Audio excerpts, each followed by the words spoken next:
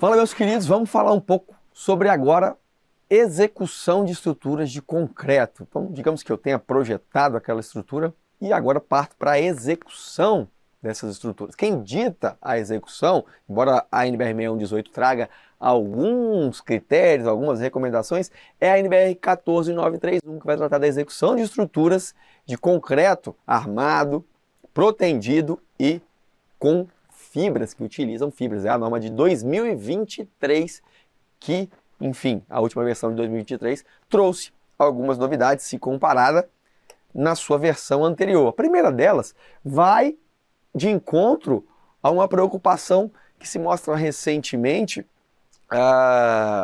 bastante evidenciada, né, em alta, desde a nova lei de licitações de contratos, que fala muito sobre análise de risco, matriz de risco. A execução de estruturas de concreto também exigirá um planejamento, uma análise preliminar do risco, que passa pelo fato de identificar o risco, analisar e avaliar o risco e depois oferecer um tratamento àquele risco. O que a NBR fala para a gente? Antes da execução de estruturas, recomenda-se analisar uma análise prévia de risco, visando identificar riscos e, em consequência, avaliar a necessidade de ações para eliminar problemas potenciais, como, por exemplo, ações preventivas ou evitar a recorrência de problemas já observados, ações corretivas. Então, uma vez que eu vejo o risco, o que é o risco? Nada mais é do que o efeito futuro de uma incerteza, né?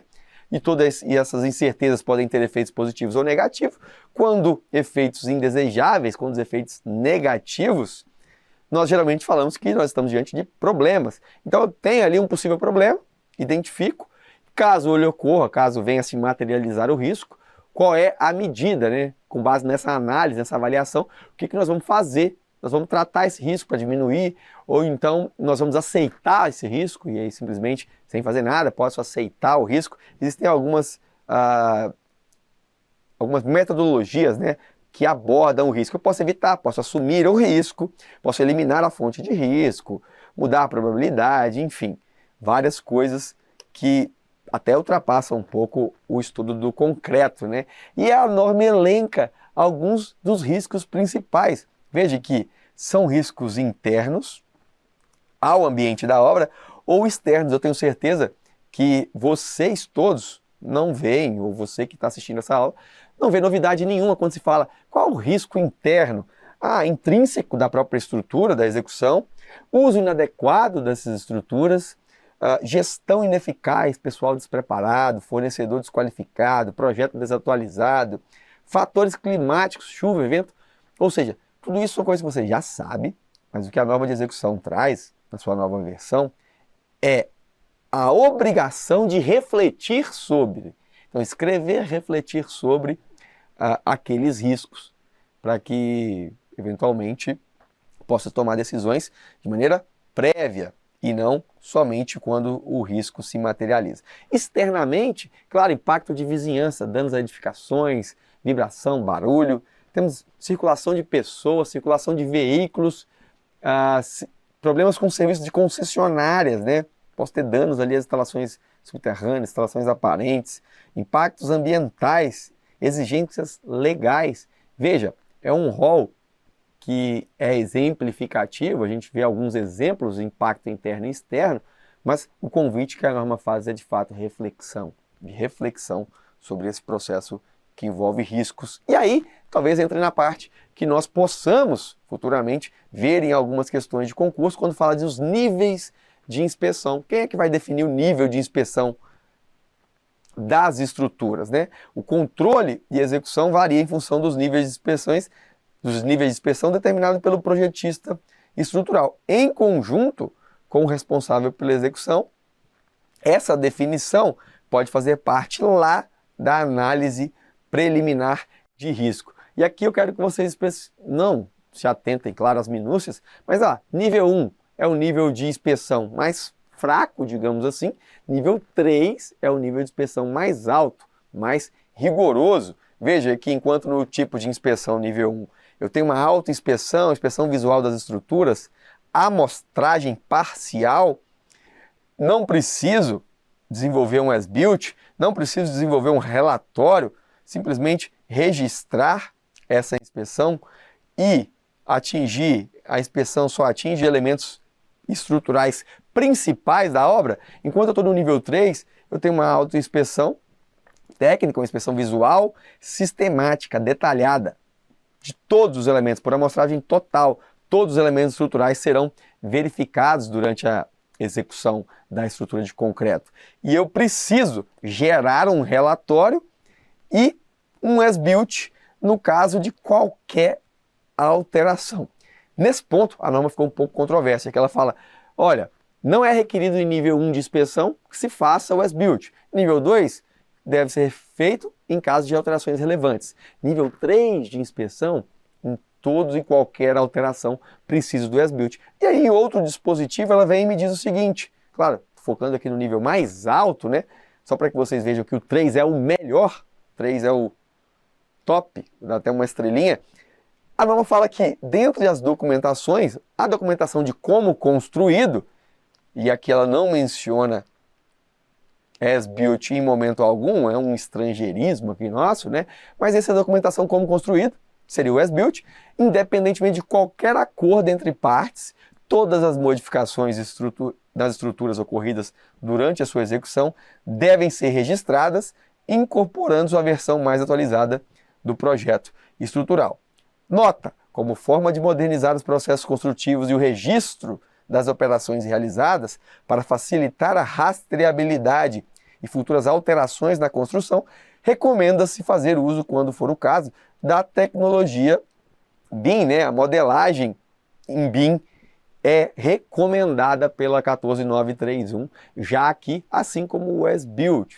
Então, veja aqui o nível de inspeção 1, fala que não é requerido as-built, mas em outro dispositivo dá-se como obrigatória a execução, né, do as-built e dá-se também a preferência à adoção de projetos que envolvem a tecnologia BIM, né, a modelagem aí da informação tão discutida recentemente. Claro, mais no mercado privado, menos nos concursos, mas que vai ganhar força ao longo do tempo, tanto na administração pública quanto nas provas de concurso. Vamos então para a parte mais prática, objetiva, aquilo que você quer ouvir sobre execução de estruturas de concreto, conforme a NBR 14931 de 2023.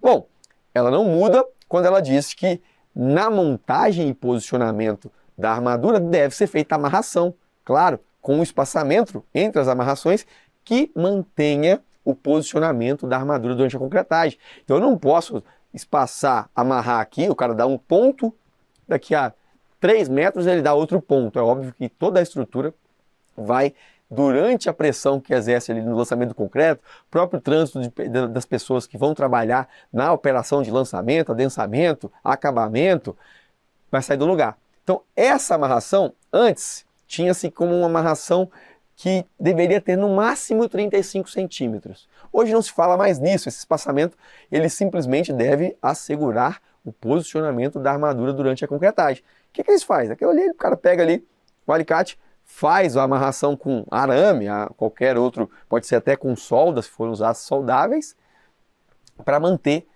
o posicionamento da armadura. Vigas, pilares, lajes, normalmente com o próprio arame recozido mesmo, é o que se faz. Tá ok? O cobrimento deve ser mantido com espaçadores ou dispositivos adequados. Mais comum são os nossos espaçadores, né? Espaçador cadeirinha, espaçador para manter cobrimento lateral. Temos espaçadores, inclusive do tipo caranguejo, né? Que é esse aqui, que ele separa armaduras de lajes, tanto a armadura positiva da armadura negativa. Então ele mantém aquela altura, chamado de caranguejo. Posso usar uma trelicinha aqui que faz essa manutenção de espaçamento. E posso utilizar o que a gente chama também, o pessoal, né, de obra chama de cocada, centopeia também já ouvi falar, mas essa cocada que é feita na obra. O cara concreta ali, então não tem desculpa de não usar, né? Claro que os plásticos são mais utilizados, mas eu posso executar na própria obra ali, ó, tem um araminho, faço a concretagem daquela cocadazinha, daquele espaçador em argamassa, né, ou em concreto.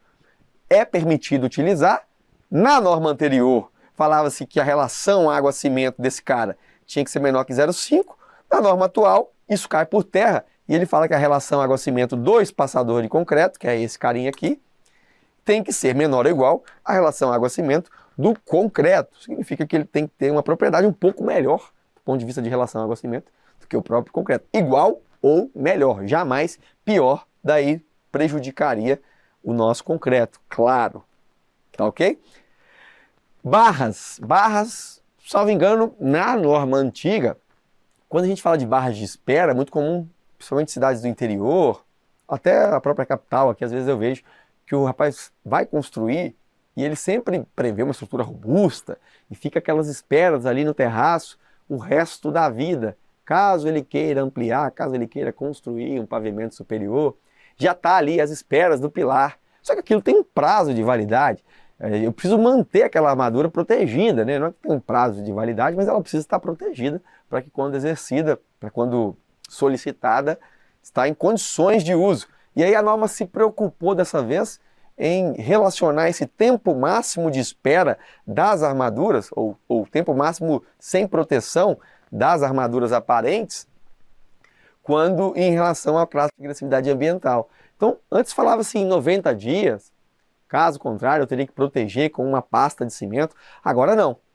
Eu posso, para a classe de agressividade mais alta, né, muito alta, digamos assim, classe de agressividade 4, se ela for ficar aparente mais de um mês, eu preciso proteger. Então, essas barras de espera, no caso de interrupção por longos períodos, e aqui fica entre aspas, longos períodos, deve ser protegida.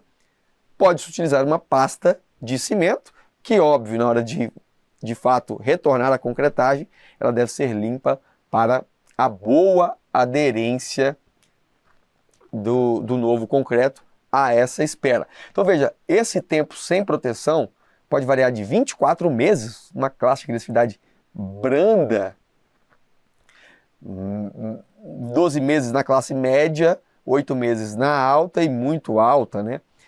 Um mês eu preciso renovar a cada ciclo. Então, olha, para prazos superiores, promover a renovação a cada novo período. O que mais se utiliza? Pasta de cimento, mas pode utilizar outro material que proteja também a armadura. Tá ok? Vamos para a concretagem de fato. Desde da norma de 7212, salvo engano, que fala do concreto dosado em central, a temperatura do concreto tem que ficar entre 5 e 32 graus. E a temperatura do ambiente tem que estar aqui entre 0 e 40 graus. Aqui agora me diz que ficou uma dúvida pesada se é 32 ou 37. Vou verificar esse slide, mas a temperatura do concreto mínima de 5, máxima aí 32 graus. Acho que é 32 mesmo. E a temperatura do ambiente de 0 a 40 graus. Então perceba, a diferença da temperatura do concreto, da massa e do ambiente, tá? E a nova norma, ela traz uma tabelinha onde eu entro com a temperatura do ar, esbarro na umidade relativa, depois na temperatura do concreto, depois na velocidade do vento, e aí sim, faço a leitura de quem? Da taxa de evaporação. Taxa de evaporação da água de amassamento. Nós sabemos que a cura, ela consiste na manutenção de um ambiente propício à hidratação do cimento. Isso passa pela manutenção da água no traço. Então a gente ou faz a cura com água, ou faz a cura com uma manta, ou um agente de cura, mas tudo visando a hidratação do cimento. É ele que, em contato com a água, um aglomerante hidráulico, ele constitui ali, né, começa a exercer suas propriedades de aglomerante e também de resistência. Então, a norma agora, ela fala o seguinte: quando a taxa de evaporação da água de amassamento for maior do que 1 kg por metro quadrado por hora, devem ser adotadas medidas para evitar a perda de consistência e reduzir a temperatura do concreto. Esse 1 pode variar para meio, né, quando a gente tiver um cimento de elevada área específica. Mas vamos considerar aqui, mais de 1 kg de água por metro quadrado por hora sendo evaporado, causa problemas. Então eu preciso reduzir esses problemas de alguma forma. A gente vai ver. Períodos chuvosos também entrarão na crítica. Veja que a água do concreto fresco ela pode contribuir para a redução da resistência. Então, quando eu adiciono água de chuva no concreto, não é um sereno, é uma chuva que altera a relação água-cimento, isso pode fazer uma redução da resistência superficial, principalmente, à abrasão, redução da resistência, delaminação, que é quando a gente tem aquele lascamento superficial, né? Patologia comum aí em pisos, e fissuras. Isso tudo pode ser causado por períodos chuvosos com uma intensidade de precipitação que a norma traz para a gente. E aqui eu sintetizo tudo isso neste quadro. Olha, em condições ambientais, assim, é lógico que a gente vai sempre ver a temperatura, umidade, temperatura do concreto, velocidade do vento, para chegar na taxa de evaporação da água de amassamento. Maravilha, mas o que a norma NBR 14931 diz para essa execução? Em condições normais, a temperatura do concreto fica de 5, tem que estar entre 5 e 32 graus. Quando que eu preciso de medidas especiais? Quando eu tiver uma taxa de evaporação acima de 1 kg, maior ou igual a 1 kg por metro quadrado por hora de água de amassamento. E ela fala o seguinte, quando que é comum que essas coisas aconteçam? Quando a gente tem umidade relativa do ar menor que 50%, temperatura ambiental do ambiente maior que 35 graus Celsius, velocidade do vento maior que 30 metros por segundo. Tá ok? Então, antigamente, a norma falava, olha, desses casos, adota-se medidas especiais. A norma hoje, ela diz o seguinte, olha, nos casos em que isso acontece, não é raro, ou é muito comum, quase sempre, que nestes casos aqui de asterisco, nós tenhamos evaporação superior a 1 kg por metro quadrado por hora. Então, significa que eu tenho que adotar medidas especiais. Obrigatoriamente, sempre vou precisar adotar medidas especiais? Não. Se eu tenho umidade relativa do ar menor que 50%, eu jogo na tabela e vejo. Se a taxa de evaporação for maior que 1 kg por metro quadrado por hora, eu vou ter que tomar cuidados especiais.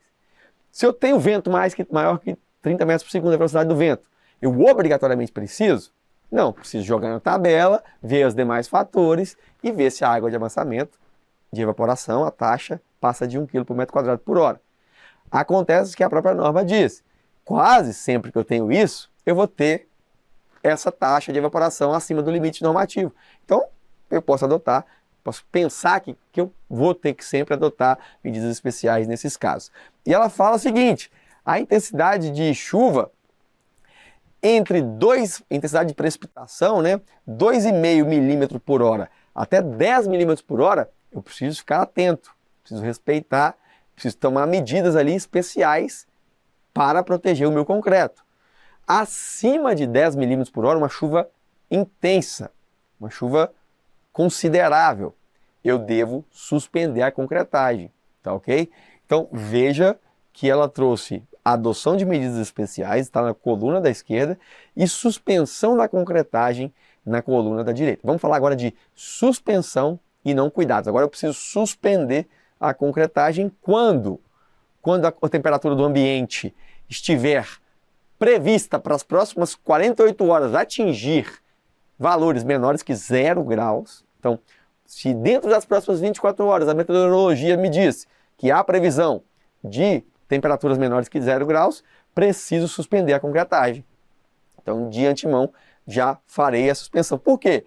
Porque não adianta eu concretar agora, que não está a 0 graus, e chegar lá 2 dias depois, até 2 dias depois, e atingir 0 graus. A água congela, nós temos a propriedade da água, quando ela está próxima a congelar, ela expande, meu concreto estará fatidicamente fadado, né, a problemas de resistência, de fissura, microfissuras e tudo mais. Beleza, temperaturas abaixo de 0 nas próximas 48 horas, não concreto. Temperatura do ambiente maior que 40 graus, não concreto. Vento maior que 60 metros por segundo, a velocidade do vento também não concreto. Chuva acima de 10 milímetros por hora, não concreto. Eu tenho certeza que isso daqui virá aí com frequência nas provas de concurso. Tolerância dimensional, já mostrei isso quando a gente falou de formas. Volto a repetir, é um controle de execução, é um critério de execução, estrutura de concreto, de 3 a 5 metros, 10 milímetros, peças até 60 centímetros de lado, né, de dimensão de seção transversal, a tolerância de 5 milímetros são os valores que eu recomendo que vocês decorem ou memorizem para a resolução de questões e para parâmetro para resolver outros problemas, tá ok? Vamos continuar falando sobre isso. Claro, vou dar só um intervalinho para nós voltarmos a falar aqui, rodar a vinheta, a gente fala critérios para execução, continuaremos falando sobre a NBR 14931 de 2023.